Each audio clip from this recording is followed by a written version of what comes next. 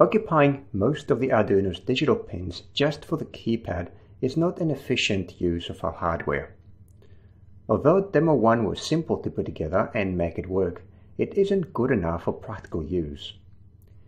In Demo 2A and 2B, we'll improve the design so that a single pin is used on the Arduino to transmit button pressing information. We'll do this using two different scripts, but the same hardware design. Let's start with the hardware. Have a look at the schematic. First to notice is that there's only one wire, marked in orange, that connects the breadboard to the Arduino.